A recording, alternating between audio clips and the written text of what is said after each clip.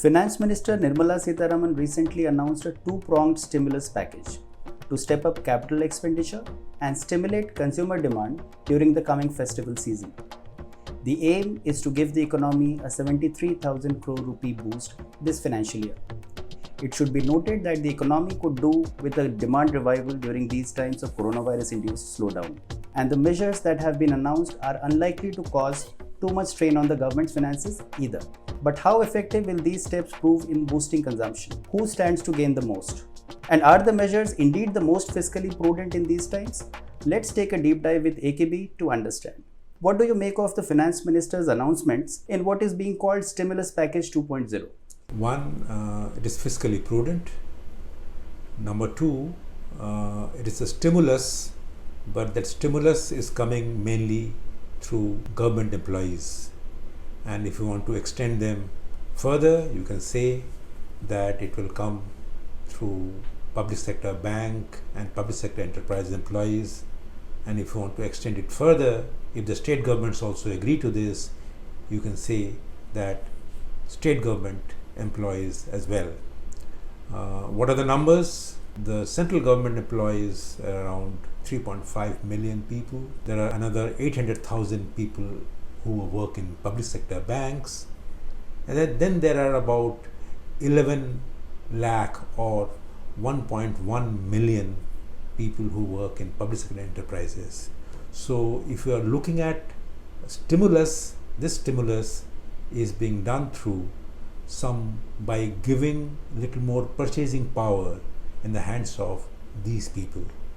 If you want to see how large or what is the share of these people in the total workforce basket of the country is estimated to have around 500 million employees or workers in the country. So these will account for a very small portion of that entire large workforce. So it is stimulus geared or channeled through a very small segment of India's workforce population. And the second point that you must bear in mind is that this stimulus is coming with a very important condition, and that important condition is that the purchase of goods and services that can be made from this LTC money or the leave travel concession money will have to be it has to be done by paying GST, which is par for the course, which is normal, which should happen, but it should done through a digital format, and most importantly that the items that you buy must have a GST tax rate of more than 12%. In other words, if a government employee or a public sector bank employee or a state government employee thinks that he will use the LTC money for buying gold, then sorry, you will be disappointed, because gold attracts a GST rate of only 3%, and you can buy, of course, things like cars, things like coolers, air conditioners, washing machines, where the tax rate is more than 12%. Today's solution should not cause tomorrow's problems. That is what Ms. Sitharaman said while announcing the measures. What is your assessment? I think she is absolutely right here. She has taken a step which is fiscally prudent. The amount or the burden of these measures on the government fisc will be very, very limited. For example, what was the LTC amount that the central government would have incurred in the normal course? It is less than 6,000 crore. Now, given the current pandemic situation, the 6,000 crore money most probably could not have been availed by the government employees, because under the LTC rules, if you don't avail yourself of the travel facility, then you don't get the money. Now, what the government has done is that since nobody can travel, and this pertains to the 4-year block period of 2018 to 2021, that block period is coming to an end by March 2021, which is just about 5 months away. So government employees were a little worried that what happens to that portion of the travel facilities that they would not have been able to enjoy because of the pandemic and would have lapsed by March 2021. So the government was to have spent 6,000 crore.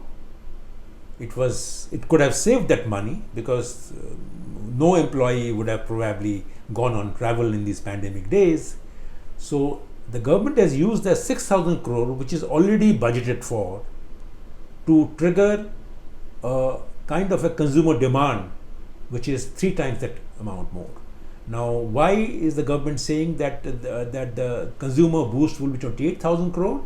Because if you take 6,000 crore of the government's LTC expenditure, add around another 1,900 crore of public sector banks and public sector employees LTC expenditure, you get an amount of around 7.5 or 8,000 crore, and you multiply it by 3, you get a figure which is somewhat like that.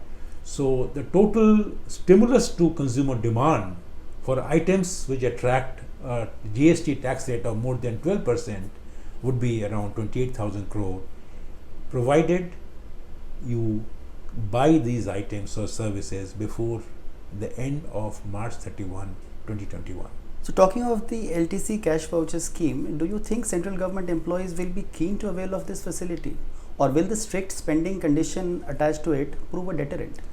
I think there are 2 kinds of employees the government has. There will be some employees who may have already used the LTC facility before the pandemic set in. So because, as I told you earlier, that this pertains to a block period of 2018 to 2021. Now, those employees who have already taken advantage of the LTC scheme before March 2020 probably would not and cannot take advantage of this.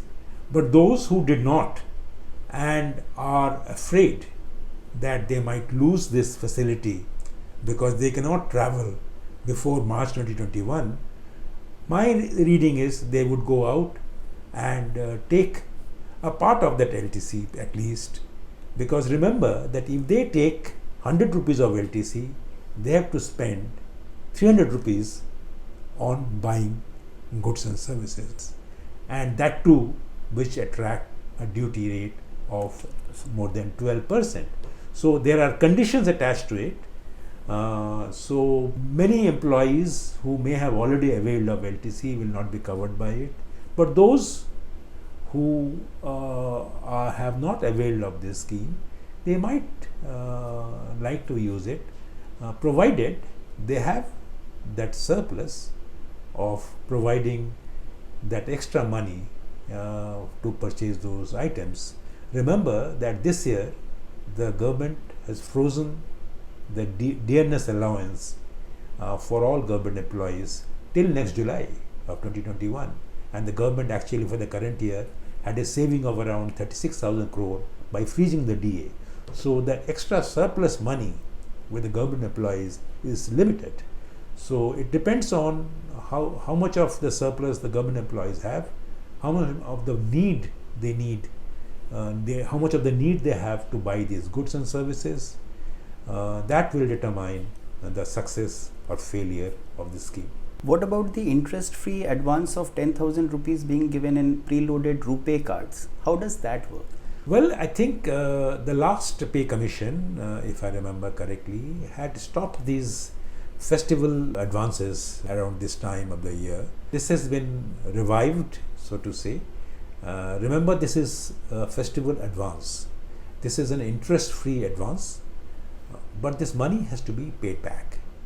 And this is to be given to government employees in a RuPay card. So from the government point of view, it achieves 2 purposes. One is it creates some sort of demand for consumer goods and services, because 10,000 rupees to 3.5 million employees will create some crores of rupees of demand. So that part of the goal can be achieved. And the second part of the goal will be that popularizing the RuPay card, which is the government's laudable initiative to have a digital platform which is owned by Indian government here. So both the digital payment as a goal, as well as creating consumer demand as a goal, will be the purposes of this scheme, and the money will come back into the system. So this will also not cause a hole in the government fisc, in a sense that this too is a fiscally prudent measure. But as I said earlier, that it depends on the kind of surplus that the government employees have at this time to spend that extra money. On the capital expenditure side, how do you view the 50-year interest-free loan being offered to states for funding projects? This looks very attractive because a 50-year loan without an interest to be paid is virtually free money. But the amount of money is very small, 12,000 crore. Northeastern states will probably get more depending on the need. So it is a small amount of money if you distribute it among 30 states. But the interesting point to be noted here is that if a state which is nearing a stage in its financial relations with the center where it has no outstanding loan from the government of India, then probably this 50-year interest-free loan can tie itself in some strings. In a sense, there will be some conditions attached. A state that has no outstanding loan from the union government actually can borrow money without seeking the permission of the union government under Article 293 and 3 of the Constitution. But once the states take this money, this interest-free advance, it will have an outstanding for 50 years.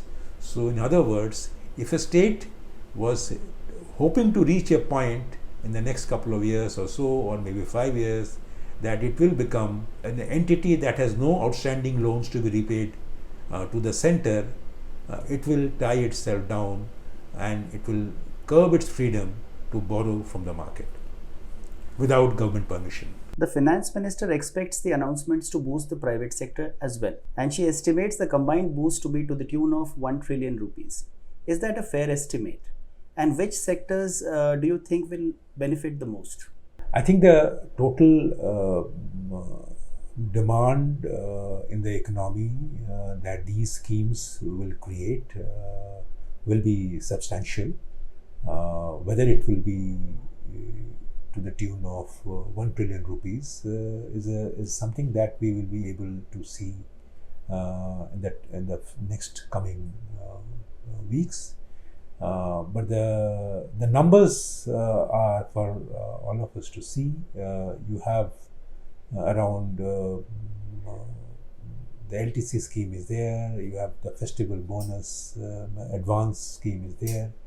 You also have the 12,000 crore 50-year interest-free loan to the states, which they will use in certain projects, capital investments, which will create its own demand stimulus.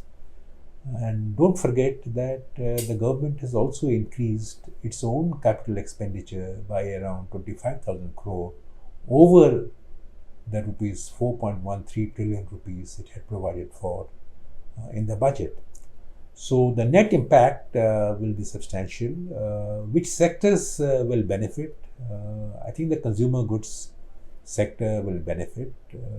The consumer durable sectors will also have some boost to its demand.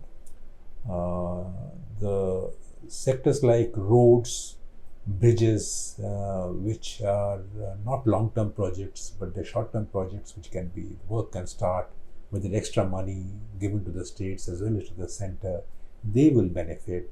So maybe in the construction sector, the housing projects, they might get a bit of a boost. So construction jobs may also see an uptick as a result of these schemes. But the LTC scheme is in a way redirecting travel money to other sectors. So what do we have for the tourism and hospitality sectors? These sectors have in fact been the most affected in this pandemic. You will have to wait for the next round of announcements, and Finance Ministry officials have already indicated that this is not the end of all stimulus measures. Most stimulus measures are in the offing. Yes, it will not do anything for the hospitality sector, which have been very badly hit in the pandemic. Overall, the stock markets did not seem particularly enthused with the package. In fact, most consumption-related stocks fell on the indices that after the announcement. Why so? This is understandable because the overall impact of these schemes will be relatively small compared to the overall consumer goods market. As we mentioned earlier, that the government owned LTC scheme and the public sector enterprises and public sector banks LTC schemes will create a demand stimulus of around 28,000 crore rupees. Now that is not a big amount, but it is not insignificant either. So the stock market was expecting more. So I think the stock market sentiment reflects its expectation for more and bigger measures in the days to come. Thanks for the insights, AQB, and thank you all for watching. We'll be back next week with another deep dive with AQB.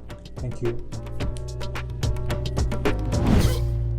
If you like this video, share it and subscribe to Business Standard.